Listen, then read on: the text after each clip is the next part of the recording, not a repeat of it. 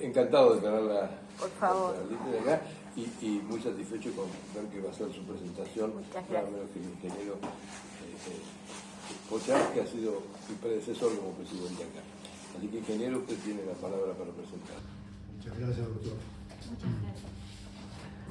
Buenas tardes.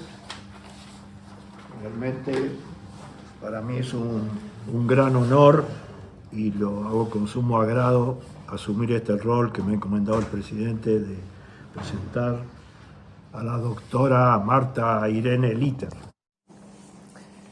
Aquellos que la conocen, que son la mayor parte de los que están aquí presentes, saben de sus condiciones humanas y de su trayectoria muy destacada profesional.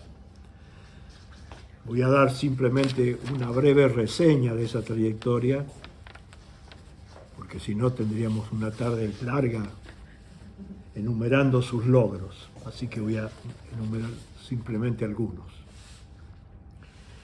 La doctora Litter es doctora en Química de la Universidad de Buenos Aires, egresada en el año 1974, y desarrolló una estadía postdoctoral en la Universidad de Arizona, en Estados Unidos, en 1983. Actualmente es investigadora superior ad honorem, contratada del Consejo Nacional de Investigaciones Científicas y Técnicas, el CONICET, y profesora titular y consultora en la Escuela de Hábitat y Sostenibilidad de la Universidad Nacional del General San Martín. Fue investigadora principal en la Comisión Nacional de Energía Atómica, donde se desempeñó como jefa de la División Química de la Remediación Ambiental hasta su retiro. Su investigación se enfoca al tratamiento de contaminantes orgánicos e inorgánicos en agua y aire por tecnologías avanzadas innovadoras, especialmente fotocatálisis heterogénea y uso de nanomateriales. Es autora de más de 200 publicaciones científicas en revistas internacionales, libros y capítulos de libros. Recibió el premio Mercosur, otorgado por la UNESCO 2 veces, en 2006 y 2011, y el Innovar del Ministerio de Ciencia y Tecnología en 2009. Al presente, su interés mayor es el tratamiento de contaminantes inorgánicos por tecnologías no convencionales, especialmente el arsénico. Fue presidenta del Comité Organizador Local del V Congreso Internacional de Arsénico en el Ambiente en el año 2014, que se desarrolló aquí en Buenos Aires. Fue designada pionera de la fotocálisis en Argentina en 2016. Es miembro de la Academia Mundial de Ciencias desde 2019 y de la Academia de Ciencias de América Latina desde el 2020. Recibió el Premio Charrot 2021 a la Cooperación Científica y Tecnológica Regional y el Premio a la Mujer Latinoamericana en Química, primera edición, otorgado por la American Chemical Society y la Federación Latinoamericana de Asociaciones Químicas en noviembre del 2021. Doctora Litter, vamos a escucharla con mucho agrado. Bueno. A ver, me hizo poner colorada acá el ingeniero Pochat. Yo quiero agradecer fundamentalmente a la Academia de Ciencias Ambientales por haberme designado académica de número, al doctor Estrada Oyuela, el presidente, y con todo cariño al ingeniero Pochat, que fue el que me presentó. Estoy realmente emocionada. La verdad que no esperaba semejante presentación. Y bueno, voy a aburrirles un poco hablándoles sobre la problemática del arsénico. Mi mayor interés, perdón, antes de seguir, tengo que agradecer a Iris por habernos obsequiado la posibilidad de hablar en este salón, que está hermoso desde la última vez que vine. Realmente es un gusto y es un honor para mí. Mi intención es dar una charla larga, porque el tema es largo y yo lo manejo desde hace muchos años, pero abierta a todo el público, y al terminar estoy abierta también a cualquier tipo de preguntas que quieran hacerme, ¿sí? Así que bueno, sin más, voy a empezar a hablar del problema. La primera es un poco lenta.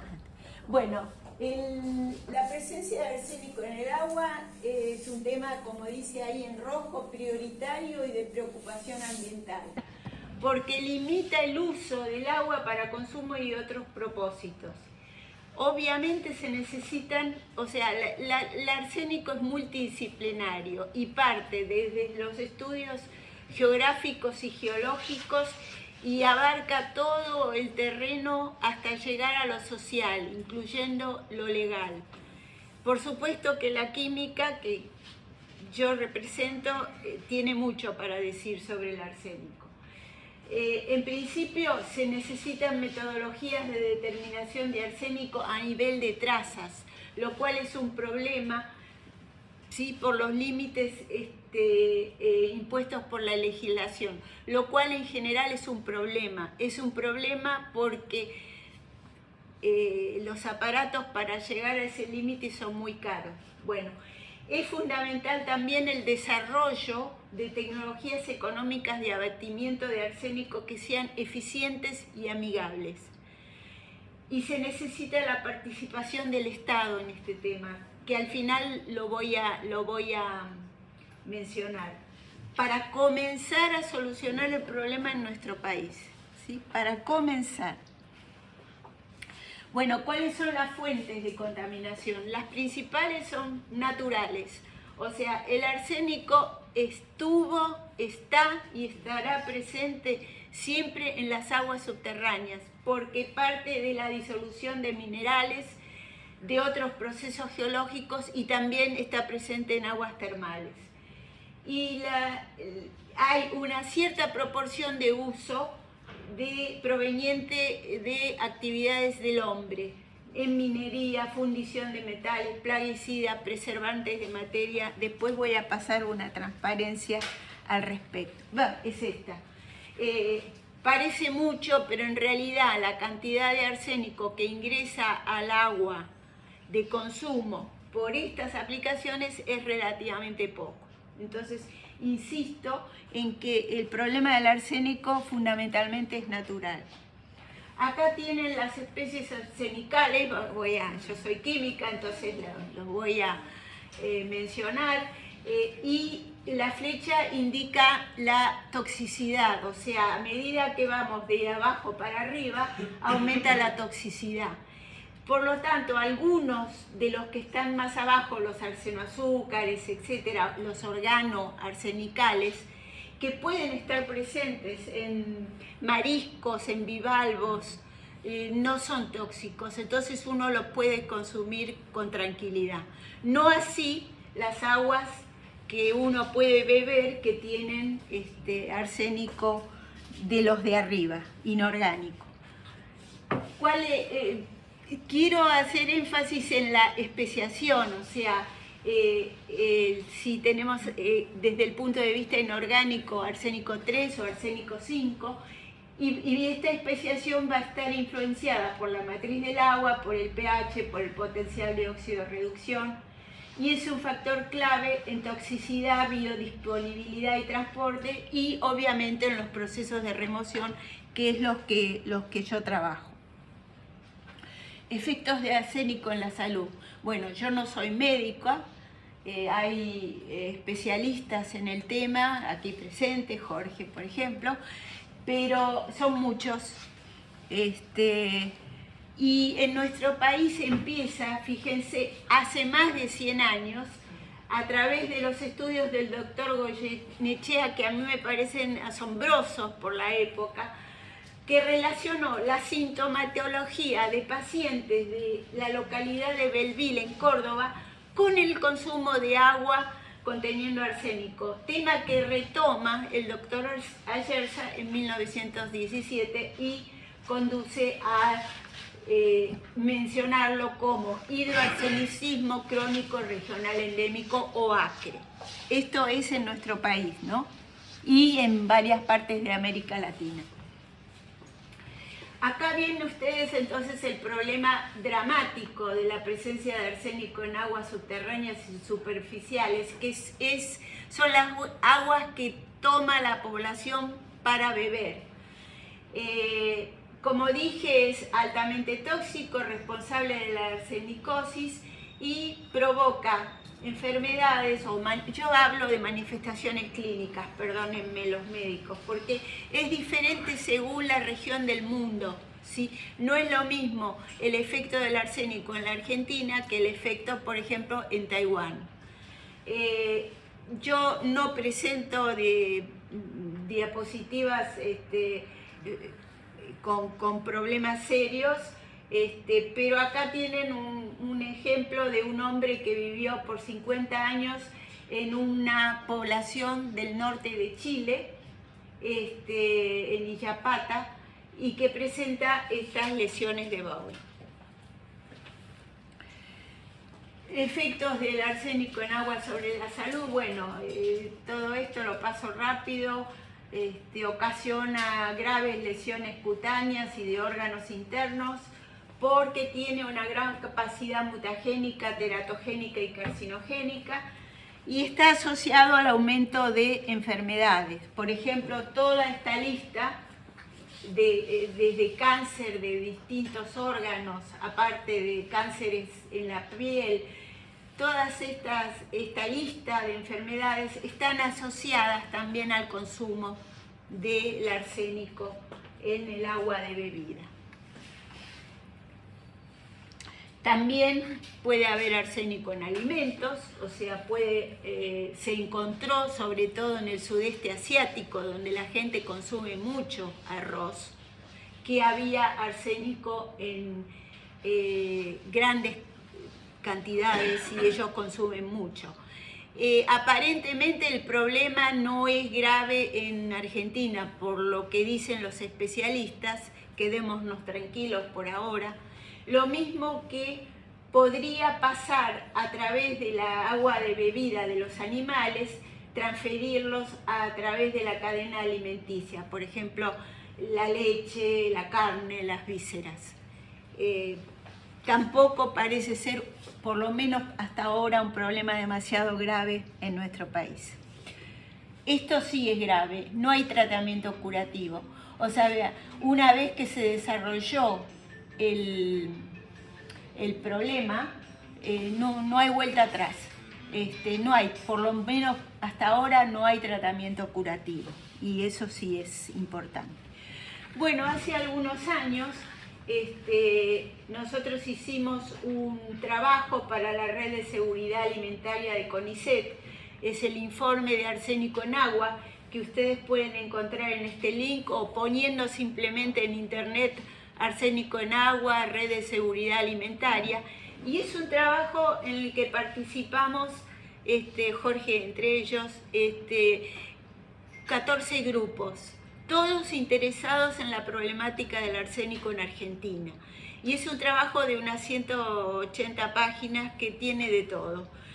Se los recomiendo porque es de acceso libre y ahí pueden tener información bastante reciente. En algún momento tendríamos que renovarlo.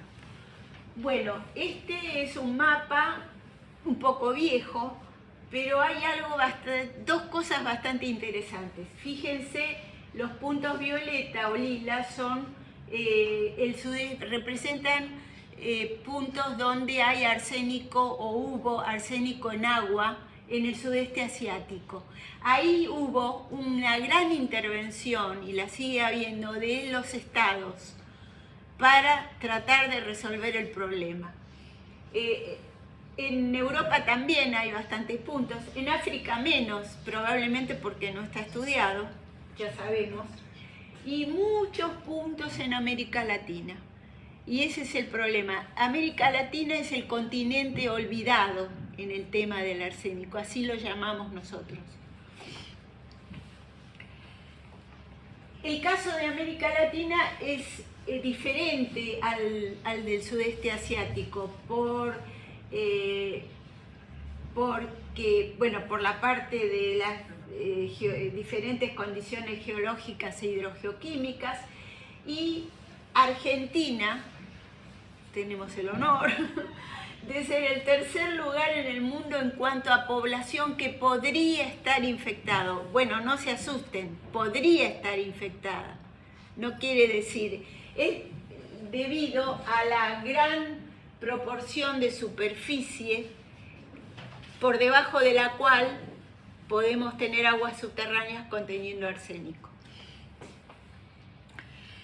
Este es un resumen. Hay grandes áreas entonces de arsénico en aguas subterráneas en Argentina, Chile, Bolivia, importantes extensiones en Perú, Nicaragua, El Salvador y México, y otras áreas que todavía están en estudio, pero fíjense que casi toda América Latina. La Organización Mundial de la Salud estableció un límite, ¿sí? Esto los epidemiólogos lo manejan muy bien. El límite indicado por la OMS para agua potable es de 10 microgramos por litro, o sea, una cantidad muy, muy pequeña de arsénico.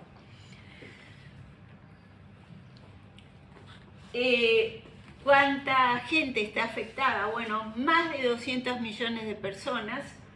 En América Latina se puede calcular unos 14 millones y en Argentina unos 4 millones. Vuelvo a insistir, no es que la gente esté enferma, sino que puede tener riesgo.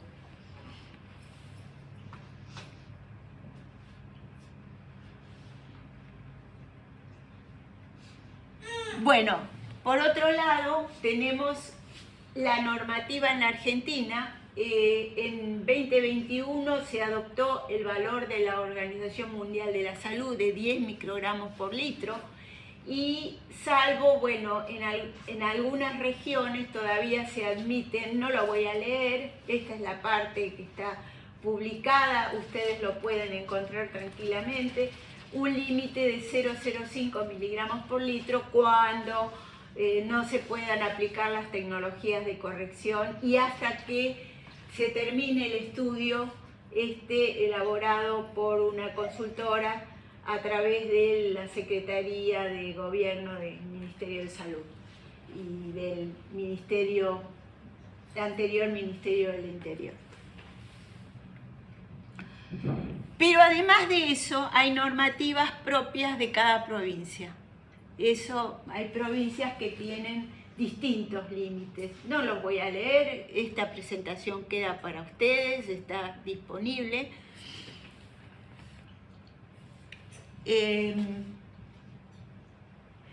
Este es otro tema que recién estábamos conversando. El arsénico en agua mineral hasta hace muy poco era de 200 microgramos por litro. Y últimamente, en febrero de 2021, salió una resolución donde lo disminuye a 0,05 miligramos por litro, lo cual ha sido algo muy justo porque hay muchas aguas minerales. El INTI tiene un estudio muy interesante que pueden encontrar en ese informe que les mencioné antes, donde él dice qué marcas de agua mineral contienen arsénico. Bueno, dijimos en Argentina, entonces hay áreas que está probado que hay arsénico en las aguas, hasta valores, fíjense, cercanos a los 10.000 microgramos por litro. Hay un pozo en Santiago del Estero que presentó 15.000 de valor. Quiere decir que de acuerdo a la normativa podemos tener, como ya dije, 4 millones de personas que podrían estar en riesgo. Acá hay un mapa que relaciona, este es un mapa del Ministerio de Educación de hace algunos años, que relaciona la concentración de arsénico en agua con la densidad de población. y acá está el valor exacto que se encontró de arsénico en Santiago del Estero. Casi 15.000 microgramos por litro. Bueno, esto es de 2008, ¿sí? En Clarín salió el 4 de septiembre de 2008 esto, fíjense, arsénico en la primera página de Clarín, arsénico en el agua, peligro para 4 millones. Bueno, en ese momento el teléfono en mi oficina no dejó de sonar. Doctora, ¿qué hacemos con esto? Bueno, es un problema y seguimos con el problema. No ha sido resuelto. Bueno, ¿quién es la población afectada? Como siempre, tenemos una población privilegiada, urbana, sin problemas, donde se pueden poner plantas de tratamiento económicamente accesibles y que existen, por ejemplo, en el norte de Chile y en ciudades de la planicie chacopampiana. Y la población rural, que es la compleja, que está asociada a un grado de pobreza y alta densidad de población. Y este es el grupo más afectado, comunidades dispersas con un número menor a 50 habitantes hasta casas aisladas. Yo siempre pongo esto, ¿qué soluciones podemos darle a esto? Bueno, como siempre, dar a conocer el problema porque es desconocido. El arsénico es un veneno invisible, no se huele, no tiene olor, no tiene gusto, es incoloro. Entonces hay que dar a conocer el problema de todas las formas posibles. Sensibilizar a la comunidad sin causar pánico, obviamente, ¿sí? Y buscar tecnologías de tratamiento económicas sobre todo, porque las poblaciones más privilegiadas no tienen ese problema. Entonces, para eso nosotros hace algunos años empezamos a hacer algo, por ejemplo, como para dar el ejemplo, ¿no? Edición de folletos explicativos, acá en una reunión de la Unión Argentina de Trabajadores Rurales y Estibadores en 2005 y en la exposición Feriagro. Son ejemplos de cosas que se pueden hacer. Acá tienen ustedes un folleto sobre Acre para docentes, ¿sí? También lo sacamos y lo tratamos de difundir. Y también para médicos y sanitaristas, porque hay médicos que ignoran el problema del acre y del arsénico en agua de consumo.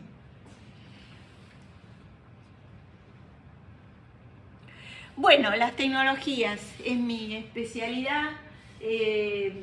Acá les hago una breve mención de las que existen, pero con una salvedad. Ninguna tecnología es universal, o sea, todas las tecnologías deben ser probadas antes de aplicarse, ¿sí? Ninguna es universal. Yo lo que quiero es presentarles los resultados de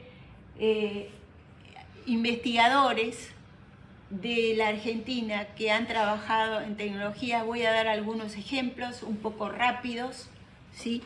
Pero no quiero dejar de mencionarla. A escala grande y mediana, bueno, tengo que mencionar los trabajos de la doctora Sancha en Chile en los años 70, donde hubo una gran intervención de las autoridades y se pudo solucionar mediante estas plantas los problemas que tenía la localidad de Antofagasta, en el norte de Chile. Después el trabajo, por supuesto, de la doctora Ingalinela, por todos conocidos acá en AIDIS, y que se lamentó de no poder venir hoy porque tenía el cumpleaños del nieto. Pero ella hizo un gran trabajo con sus colaboradores en la provincia de Santa Fe, instalando plantas de mediano y pequeño volumen, a pequeña escala. Bueno, como les dije, el problema más grave es en áreas rurales porque hay allí la población se consume agua de pozo donde hay arsénico. Además de eso, el agua en sí tiene una calidad pobre porque tiene alto contenido bacteriológico también, de contaminantes químicos y de arsénico. Y condiciones de pobreza y malnutrición, incidencia de otras enfermedades hídricas además del acre. ¿Cuál es el objetivo de las tecnologías de bajo costo y pequeña escala? Bueno, obviamente centradas en la aplicación a pequeña escala para tratamientos domésticos, simplificación del desarrollo tecnológico y minimización de costos de inversión, operación y mantenimiento. Ahora, las tecnologías deben tener aceptación social, ¿sí? Eso es indudable. La población donde nosotros vayamos a probar un método tiene que aceptar este método. Tenemos que tener cuidado con los residuos. También el tratamiento de arsénico muchas veces deja residuos y esos residuos contienen arsénico y hay que tratarlos, y la manipulación correspondiente. Acá les muestro desde hace varios años algunos ejemplos, trabajos de Luján y Grayev de los años fines de los 90 y 2000. En San Juan el ingeniero Cáceres también hizo un trabajo. También se trabajó con hidroxiapatita biogénica natural de huesos de vaca carbonizados. Uso de plantas acuáticas también un poco más tarde. Y otros, sobre todo absorbentes naturales, como la laterita, en toda la década esta del 2010.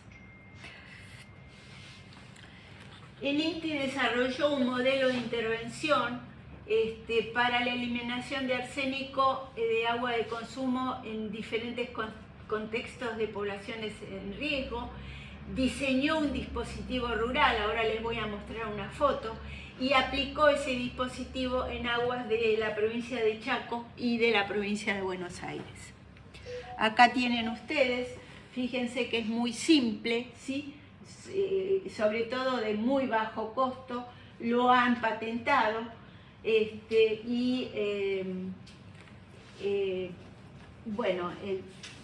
se ha aplicado en algunas partes. Otro trabajo es de la Universidad Nacional de La Plata, de los doctores Yaramuk y Goto, que son especialistas en el tema. En el año 2013 ellos hicieron una evaluación de depósitos minerales de 9 provincias de distintos materiales, sobre todo materiales conteniendo hierro, ¿sí? Magnetita, óxidos de hierro, etc. Y usaron estos materiales para instalarlos en equipos de escuelas de la provincia de Buenos Aires, donde lograron con estos absorbentes llegar a un contenido final que es menor al estimado al recomendado por la OMS. También hicieron algo adicional, que es para los residuos, una alternativa para aislarlo, los residuos en estos materiales que pueden ser aptos para construcción. También hay un trabajo de la doctora Farfán de la Universidad de Salta, que usa un lecho de arena conteniendo materiales de hierro muy simples, muy baratos, como clavos, alambre, etc., activados para generar, una capa de hidróxidos de hierro, que son los absorbentes.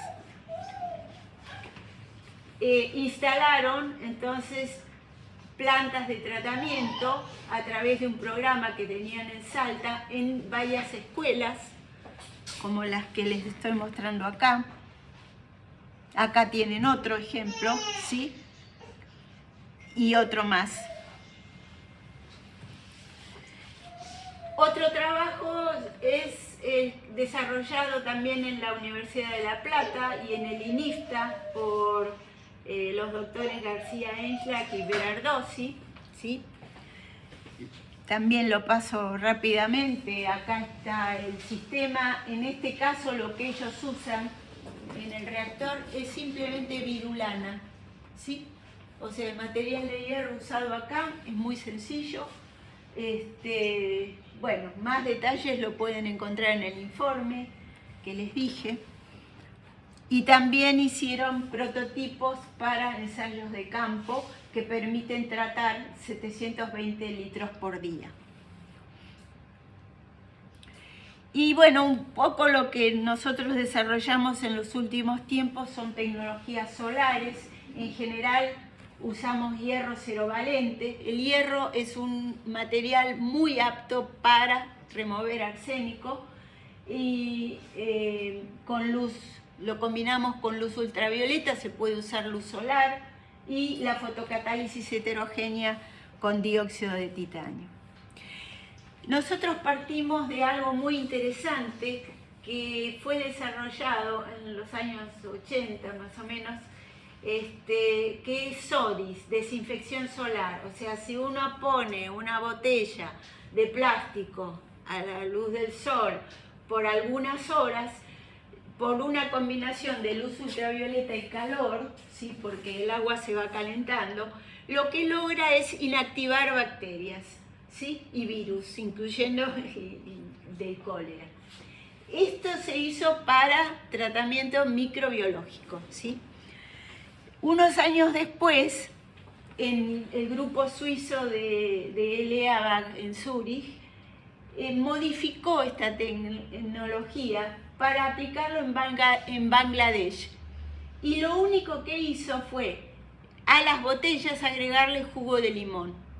O sea, en forma de lo que estaba agregando en realidad era citrato. Entonces, el jugo de limón más el hierro, porque las aguas de Bangladesh tenían una buena cantidad de hierro, lograba pasar arsénico 3 a arsénico 5, que es menos tóxico que el arsénico 3, y la exponían al sol y se empezaba a formar unos flóculos de hierro conteniendo el arsénico coprecipitado con él. Bueno, después ponían la botella en forma vertical, filtraban a través de un paño o un cerámico y tenían el agua libre de arsénico. Nosotros tratamos de seguir este método en dos localidades del país, en Los Pereira, cerca de San Miguel de Tucumán, y en Las Hermanas, cercana a un área cercana a la ciudad de Santiago del Estero. Y elegimos esas poblaciones por sus condiciones socioeconómicas y por la detección de casos de acre. Lo que hicimos fue, y esto fue una brillante idea de un estudiante, ¿sí? Agregarle a la botella un alambre de enfardar, que es un material muy común en el campo. Entonces ustedes ven aquí un alambrecito y logramos bajar, acá tienen el valor inicial de la concentración de arsénico, bajaba simplemente al agregar el alambre, pero bajaba más si lo poníamos bajo la luz del sol. Y después empezamos con lo que está de moda hoy en día, que son las nanopartículas, ¿sí? Entonces tratamos aguas de Los Pereira, de Tucumán, con nanopartículas de una firma argentina también, que hacía las nanopartículas. Las poníamos a la luz del sol con las botellas y fíjense que logramos llegar al límite establecido o recomendado por la OMS.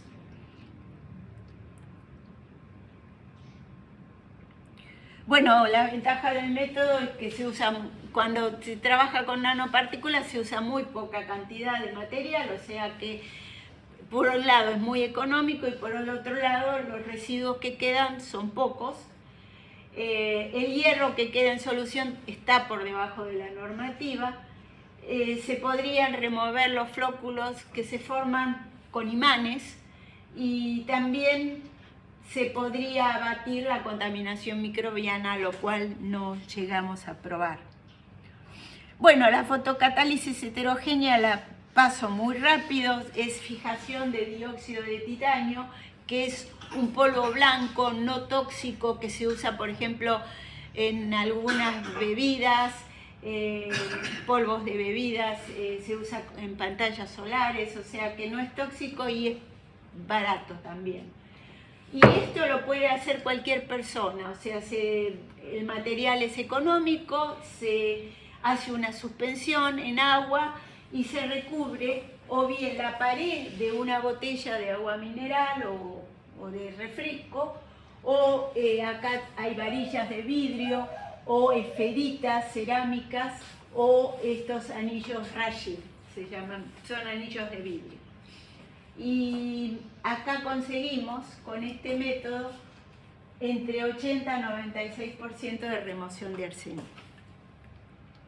Acá tienen algunos datos de pozos reales de las Hermanas de Santiago del Estero, la localidad de Santiago del Estero, y en un caso, en este, llegamos al límite recomendado por la OMS. Bueno, esto es lo último que estamos trabajando ahora. Nosotros está muy difundido el uso de fabricar nanopartículas a partir de materiales de extractos naturales, por ejemplo el té verde, y nosotros lo probamos, les cuento porque fue muy gracioso esto, lo probamos con yerba mate. Yo voy a Inglaterra a visitar a un profesor donde él estaba trabajando con té verde y le llevo un mate de regalo. Y ahí se me prendió la lamparita, digo, si se usa té verde, se puede usar yerba mate. Entonces, la forma de obtenerlo es sencillísima, se hace a temperatura y presión ambiente, se hace el extracto con agua a 80 grados, y cuando se mezcla el extracto, el té, con hierro, inmediatamente se forman digamos, partículas negras, se ve inmediatamente la formación de estas partículas. O sea, la solución pasa de amarillo, que era, a negro. Bueno, se seca y lo primero que hicimos fue probarlo con cromo, porque nosotros trabajamos mucho el cromo. La síntesis con el té verde era lo mismo, ¿sí? De la misma manera, muy sencillo. Bueno, acá les muestro algunos resultados. Como ven, para el arsénico 3, la remoción con estas nanoverdes es muy bajo. Y en estas condiciones, sin embargo, en estas condiciones, las nanopartículas comerciales tampoco eran muy eficientes. Pero anduvo mejor cuando probamos arsénico 5, ¿sí? Y acá obtuvimos una remoción por lo menos del 80%. Fue mejor que la de las nanopartículas comerciales. Con la de yerba mate, con el té verde no tuvimos tan buenos resultados. Bueno, esto lo quiero mencionar y ya voy terminando, porque es un trabajo que hicimos, un trabajo muy lindo, interdisciplinario que hicimos y que fue publicado en la revista de ingeniería de AIDIS, ¿sí?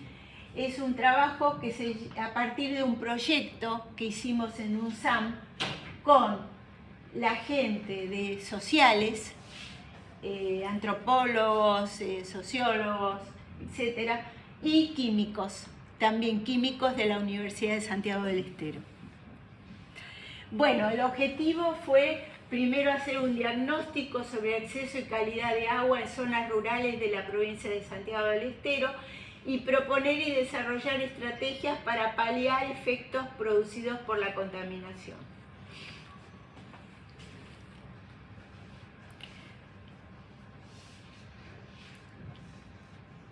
En Santiago relevamos 2 zonas, en Banda y en Copo.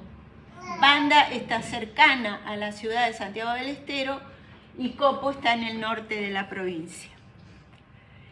Acá está más o menos la ubicación, no quiero cansarlos mucho, pero bueno, fíjense dónde está más o menos Banda, en la zona cercana a Clodomira y muy cercano a la localidad, a la ciudad capital, y Copo está al norte.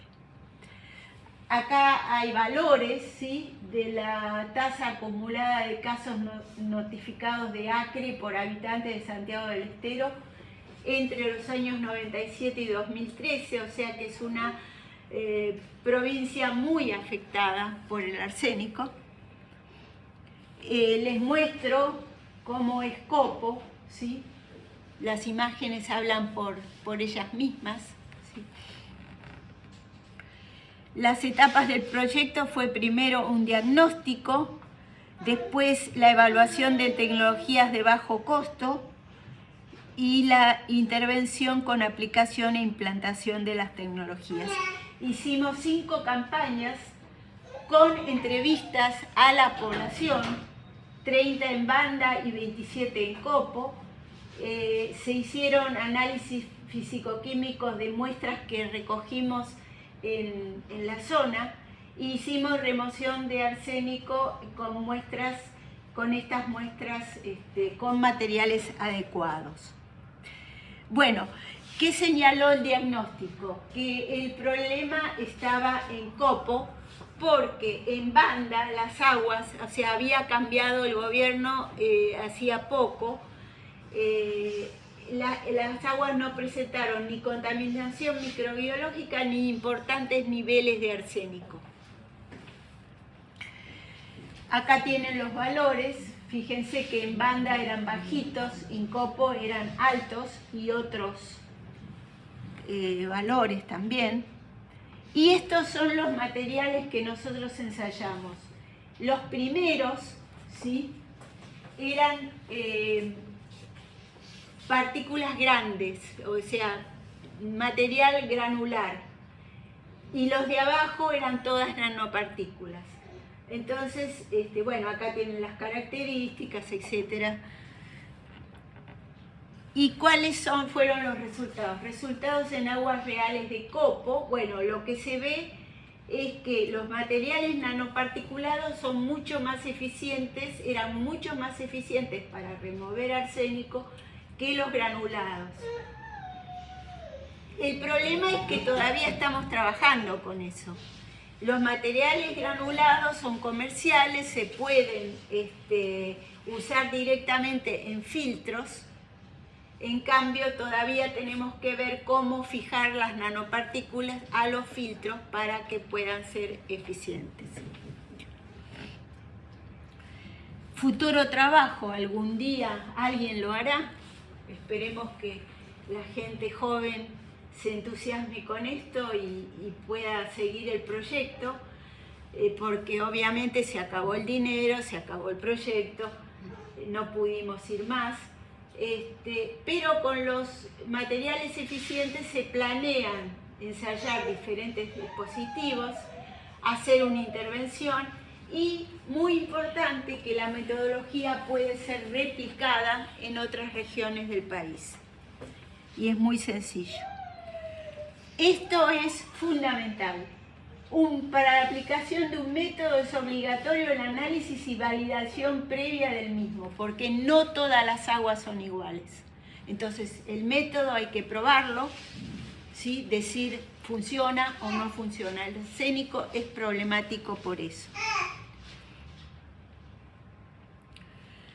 Conclusiones y recomendaciones finales. Bueno, las consecuencias son dramáticas para los pobladores en lugares que consumen agua con altos contenidos de arsénico por los problemas sobre la salud que no son aún perceptibles por la mayoría de las autoridades o especialistas en salud o la comunidad en general. ¿Por ignorar el problema? Bueno, no sabemos. La presencia de altos niveles de arsénico natural en agua limita el uso de estos recursos para agua potable y otros propósitos y por supuesto impide el crecimiento socioeconómico. Entonces, por la situación actual del conocimiento incompleto sobre la presencia de arsénico, por los problemas de salud relacionados, por el hecho de que la presencia del arsénico es ignorada y no percibida por la población en tiempos razonables, y por la falta de aplicación de métodos de tratamiento en zonas que así lo requieren, nosotros proponemos un serio abordaje.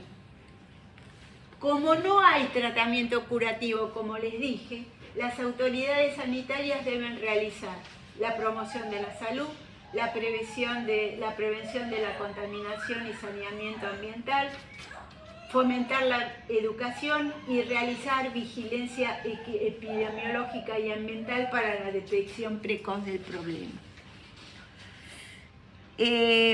Para paliar la situación, ¿sí?, se pueden ofrecer metodologías económicas según las características de las comunidades afectadas. Los métodos deberían ser socialmente aceptables y fácilmente implementables por la misma población. Debe encararse una acción conjunta de autoridades, ONG, compañías de productos y tecnología, el ámbito científico y tecnológico y la sociedad en su conjunto. Y este problema no se puede resolver si no participan todos estos actores.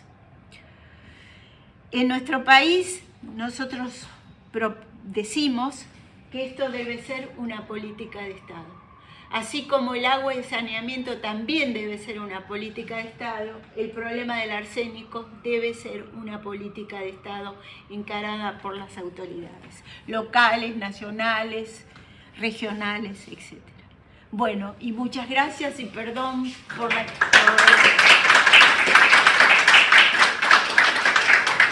Si tienen preguntas, por favor, con mucho gusto.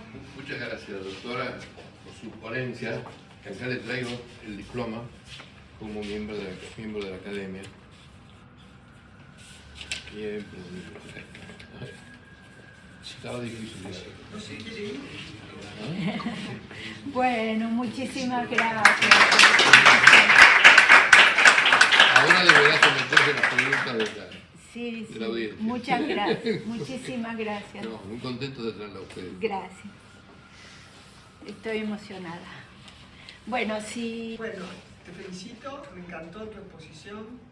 Para los geólogos del Cuaternario el tema del arsénico sabemos dónde está, se sabe desde el siglo pasado, está muy estudiado.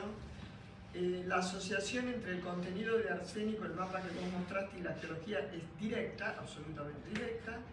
Tiene que ver con la generación de cenizas volcánicas vinculadas a la subducción, que es muy conocido el tema, y es un problema que no se va a acabar nunca, porque es una contaminación natural que tiene que ver con el vidrio volcánico. Bueno, hay ONG médicas que están trabajando en la zona principalmente del oeste de Chaco y del este de Santiago del Estero, en áreas rurales como Cuervo y Alma, por ejemplo.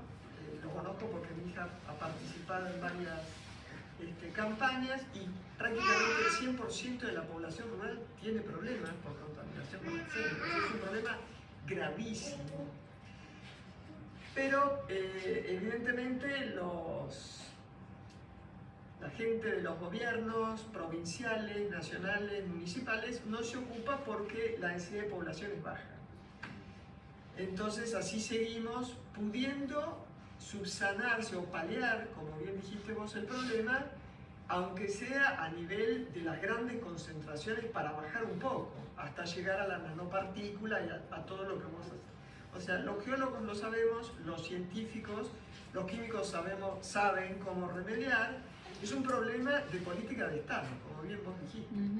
No interesa El interés pasa por otro lado. O sea, como sistema complejo estamos funcionando muy mal, muy caóticos, y eso es muy malo. Ahora, hay otras localidades, como por ejemplo Junín, que no es tan baja la densidad de la población, y yo te quiero preguntar qué pasó con Junín, porque hace unos años era escandaloso. El boom, sí. Y sé que no se han hecho las obras. Entonces, ¿cómo está el caso de Junín? ¿Silencio de radio? ¿Nadie habla de Junín? Hubo presentaciones a la justicia, eso es lo que yo sé, pero finalmente no se resolvieron. O sea, la población, incluso di alguna charla en Junín alguna vez, había muchos casos de cáncer, muchos. Lo que pasa es que Junín es una población de cierto nivel económico un poco más alto, entonces la gente puede instalar filtros en su casa. Esa es la ventaja que tiene. Es lo que yo digo, cuando la población está económicamente favorecida, puede de alguna manera resolver el problema. El problema son los asentamientos rurales dispersos que ignoran el problema, que no tienen acceso, que bueno. Y alguien tiene en algún momento tratar de tomar la posta de esto y bueno, hacerse cargo de que exista. Como yo digo, últimamente digo, si la gente está más interesada en saber a cuánto va a cerrar el dólar, ¿qué le va a importar el problema del arsénico? Entonces, porque va a llegar, no llega a la gente más que pudiera hacer algo por eso. Así que en Junín, bueno, te digo, lo único que sé es que hubo presentaciones a la justicia. Gracias por la pregunta. No. Sí. Usted mencionó los filtros. Quiere decir que hay procesos continuos de eliminación, digamos. Hay filtros que dicen que eliminan arsénico, sí. Sí, yo conozco por lo menos 2 marcas. Pero son de disponibilidad comercial. Sí. Porque yo, disculpe que salga del laberinto No. arriba, pero digamos, si uno pudiera separar el agua de beber de las otras aguas de consumo, me parece que hay un gran paso, porque por un lado está el agua de lluvia que se puede recoger, quizá a un precio mucho más económico que la eliminación, digamos, y por otro lado, digamos, la separación, la selección del agua para consumo humano de la que es para otros fines, porque el arsénico, por ejemplo, creo que no influye en el lavado de la vajilla, en el lavado de la ropa, etc. Y tampoco por inmersión. ¿Y influye por contaminación? Es decir, ingesta, solamente solo por sí, por lo menos por lo que yo sé hasta ahora. Sí. Sí, todo es posible siempre que alguien tome, como digo, la posta, porque... Eso es para el código de construcción. Claro, porque Que los como dice la edificios doctora, el fondo del problema es la pobreza, porque y el conocimiento, porque si usted tiene un techo de chapa, puede recoger el agua de lluvia, e incluso en Santiago del Estero, que llueve menos, es decir, que hay una temporada seca, con un aljibe razonable dura todo, solo para beber se llega hasta la otra temporada húmeda, digamos, ¿no? Sí, hay que acordarse que el agua de lluvia también puede estar contaminada en su paso hasta llegar al lugar donde se la colecta. ¿Por arsénico? No, por otros Pero con unas gotitas de contaminantes. hipoclorito. ¿Cómo? Con unas gotitas de hipoclorito. Hay que tener cuidado con el hipoclorito también porque produce THM, trialometalo, que A son los 95 años, doctora. Sí. A los 95 años. No. No me cuenta eso. En Europa lo han prohibido. Sí. En el año 94 organicé, estando vinculado a IDIS, una reunión donde hice venir a funcionarios de la OMS, del EPAS y de la organización regional, a decirnos: cloren el agua, que los chicos se mueren por enfermedades hídricas, porque estábamos ahí también con los trigalometanos, que la mayoría de las empresas de agua no saben cómo determinarlo. No es fácil. Es una triste realidad. Y el hándicap que tiene el arsénico es que es una enfermedad crónica, Sí, bueno, que necesita muchos años. Sí, Y hubo todavía no casos en Santiago del Estero de chicos de 15 años que tuvieron, y algunos niños, no es mi rama, pero el que trabajó mucho fue el doctor Carlos Padial en Santiago del Estero. Qué lástima que desde que con el ingeniero Hinauz estábamos trabajando en esa área y aparece usted pioneta, ya han pasado tantos años sin nada. Que se cayó lo nuestro y usted tiene que volver a empezar. No, yo pienso que las generaciones jóvenes tienen que tomar la posta de esto y... Pero cuántas generaciones jóvenes tampoco. Sí, no, es así. Muchas gracias. Bueno, muchas gracias. Yo tengo una última pregunta. Por favor. Usted mencionó lo de los residuos una vez que se pueda remover el arsénico. En el caso de las poblaciones rurales donde se podría aplicar el granulado, ¿piensan que sería algún tipo de impedimento para la aplicación de este método después el hecho de tener ese residuo y no saber qué hacer con eso? ¿O se prevé que, no sé, que el municipio tome la posta y se encargue de... O sea, dependiendo qué método se use, los residuos en general suelen ser pocos y se tratan como cualquier residuo peligroso, con los métodos habituales que están normados. Claro. Una de las maneras es enterrarlo. Y ahí tengo una anécdota también de que algunas poblaciones originarias se niegan a que se entierre algo en la tierra, ¿sí? Así que también hay que tener cuidado con ese tipo de procedimientos. Pero sí, por supuesto, no es un problema. Bueno, lástima que no está la doctora Ingalinera, que trabajó mucho en eso, pero hay métodos para los residuos de arsénico que están normados. Y bueno, lo que presenté de los doctores de La Plata, de los ladrillos, ¿no? Usarlos en materiales de construcción. Claro, digo, porque si estamos hablando de poblaciones que ya los recursos económicos son escasos, el hecho de plantearles, tratarlos como residuos especiales, claro, no sería como un impedimento económico también ahí. No, se puede enterrar, sí, siempre que la población lo permita. El método de Chalamou era hacer ladrillo, creo. Sí. Entonces, tampoco vendría mal porque necesitan un hábitat que sea seguro, porque son poblaciones que también tienen como enfermedades endémicas chagas. Sí. O sea, es todo un problema global de educación sanitario y de falta de presencia del Estado, que es lo que realmente debería hacer el Estado. Para mí es prioritario. Sí, para sumar un poquito la idea justo, con referencia a la ausencia de política del Estado, que creo que es en definitiva el problema de fondo.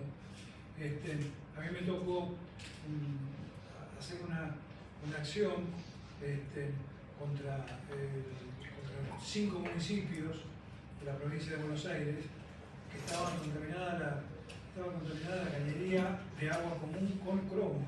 Tenía cromo hexavalente, que era provocado por una empresa que se llama Diacrom, que logramos cerrarla y que de alguna manera después del final de la causa lo único que hacía tanto la provincia de Buenos Aires como los diferentes municipios que tenían que ver en esa cadena de agua que recibían por canilla, lo único que hicieron fue eludir su responsabilidad, trasladársela a la empresa, que era la que hacía esa actividad de cromo, y responsabilizarla a la empresa y sacarse el problema de encima. Y después nos costó mucho también el cumplimiento de la sentencia, de manera tal que está vinculado a la ausencia de política, realmente de política estatal respecto a la defensa de la salud. Y yo le quería comentar, y no sé si ocurre de la misma manera, todo esto salió a luz porque en un barrio en Vicente López se hizo un estudio donde habían determinado que había mucha gente en las mismas manzanas cerca de este lugar que tenían cáncer de diferentes formas, cáncer de mama, diferentes cáncer de riñón fundamentalmente. Y bueno, esto fue lo que catapultó esta acción que yo inicié y que tuvo todo un proceso larguísimo de 10 años luchando contra toda esta gente, que finalmente prosperó. Pero bueno, quiero decirle, desde el punto de vista de efectos, ¿qué efectos tiene el arsénico qué efectos nocivos se notan claramente en los individuos, como para darse cuenta que se ha superado ese mínimo? Efectos en la... O sea, empiezan a darse cuenta que tienen la piel, manchas en la piel, incluso en Taiwán está la enfermedad del pie negro, que les desaparecen las extremidades, y hay incluso un museo que se llama el Museo del Pie Negro. Perfecto. Así que usted más o menos hizo lo mismo que Julia Roberts. Muy parecido. Sí. En su momento. Esa película es muy linda, muy buena, y sí. también, o sea, les recomiendo la película porque es muy buena, y en este caso echaron a la planta de la ciudad porque tenía... Bueno, acá logramos que la planta se cerrara. La cerraran en la expresión de galvanoplastía, que era lo que hacía justamente, lo que producía el cromo y todo. ¿Y qué hacían? Desde el año 56 lo tiraban a la cañería propiamente dicha, ahí no hecho un agujero, y lo tiraban a la cañería. Por lo tanto, había toda una conexión, por eso fueron las 5 provincias, porque desde Vicente López iba hasta San Martín, era una suerte de camino de cañería de agua de la canilla, que es el día de hoy. A mi juicio todavía no se ha terminado, eso no se resolvió nunca, porque no cambiaron la cañería, no lo hicieron, que era la sentencia final, tenía que cambiar todo. No logré, logré que una parte la hicieran, pero había que seguir y era luchar contra los molinos de viento, ¿de acuerdo? Era muy difícil. Aparte, como usted decía, sin dinero, yo representaba a la fundación jamás me pagó a mí nada. Yo lo hice absolutamente, y los vecinos tampoco. Yo no cobré nada. Y era el único abogado que lo seguí durante todos los 10 años que estuve, que terminó en la Corte de la Provincia de Buenos Aires, dando el fallo a favor, por supuesto. En la causa muy conocida, la Fundación Ecosur contra Diacrom. Si quieren buscarla, la van a encontrar por internet. Es una causa muy conocida. Bueno, y es exactamente con estas características, digamos, de otra problemática, que es lo del cromo, ¿de acuerdo? Sí. Que es similar a la del arsénico. Muy interesante.